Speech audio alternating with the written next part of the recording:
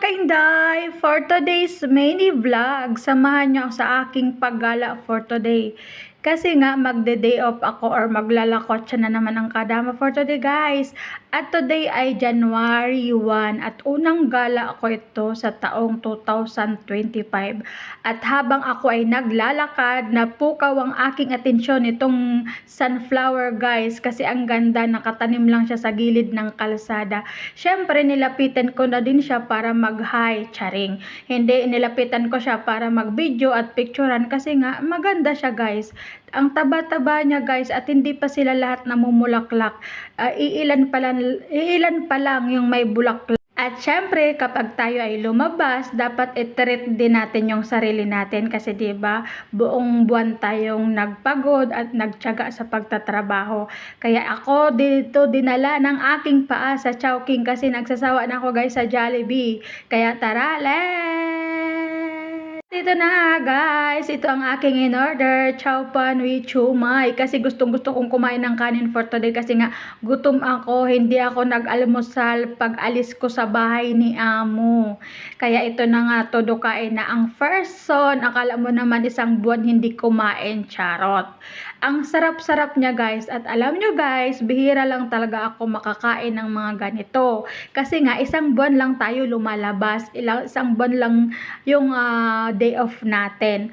At saka sa Pilipinas guys, hindi ako kumakain lagi sa mga fast food chains kasi syempre hindi natin carry dati at wala tayong perang pang treat sa sarili natin. Pero ngayon na nandito na ako sa abroad, sinisiguro ko talaga guys na bawat buwan or bawat paglabas ko ay matreat ko yung sarili ko. At for today's gala guys, dadalhin ko kayo dito sa Salmiya Seaside. Ito yung bagong bukas na pasyalan dito sa Kuwait guys at napakaganda guys.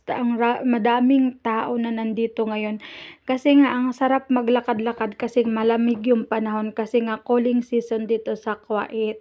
At namangha talaga ako guys kasi dati hindi ito ganito. Pwede ka ditong mamasyal at marami din bilihan ng mga pagkain, maraming mga restaurant, maraming mga coffee shop at talagang mag-e-enjoy ka dito guys. Alam nyo, malayo pa ang aking day off, pinaplano ko na talaga kung saan ako pupunta or saan ako gagala. Kasi nga, sinusulit ko yung gala ko kasi isang beses lang tayo makalabas guys. Paglilibot-libot ko guys, may mga nadaanan akong Pinay at talagang nag-enjoy din siya. Si ate patalon-talon pa kasi nga nagpapapicture siya sa kasama niya. At ang di ka talaga malulugi guys kasi dito walang bayad yung pagpunta dito at mag-i-enjoy ka talaga kasi napakalawak ng lugar at mabubusog yung mata mo sa tanawin na napakaganda. Marami kang makikita guys. Then ito yung isang pumukaw sa aking mata or sa aking buhay kasi nga nakita ko tong bata sumakay sa camel at ako ang natakot para sa kanya pero siya tuwang-tuwa pa guys. Naisip ko din na sasakay kaya ako pero wag na kasi mahal yung bayad, tsari. Sige, maglibot ka lang Inday for today kasi nga araw ng day off mo ngayon, araw ng relax, and then araw ng gala mo. Kaya enjoy mo lang ang buhay kahit minsan napapagod at madami tayong problema sa buhay. Wag natin kalimutan na maging masaya at mag-enjoy para wag tayong tumanda, charing.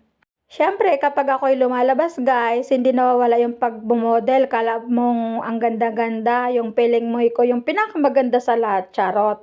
Kaya ito na nga guys, dito ko naisipang magmodel-model sa maraming flag. Ito yung mga flag ng Middle East. Hinahanap ko ngayon sa Pilipinas, charot, wala pala dito. Ito na nga, ang daming ang tao, ang daming nagbibideo, ang daming nagpapapicture. Kasi nga, dito sa Kuwait, hindi naman talaga mga Pinay lang yung mga content creator.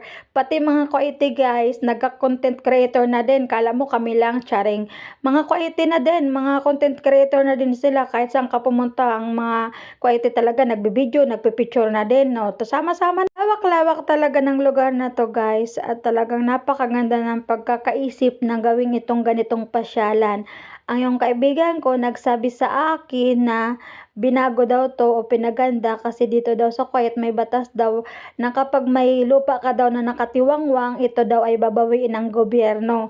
At ito naman nga, napakatalino ng may-ari ng lupa at ginawa niyang ganito.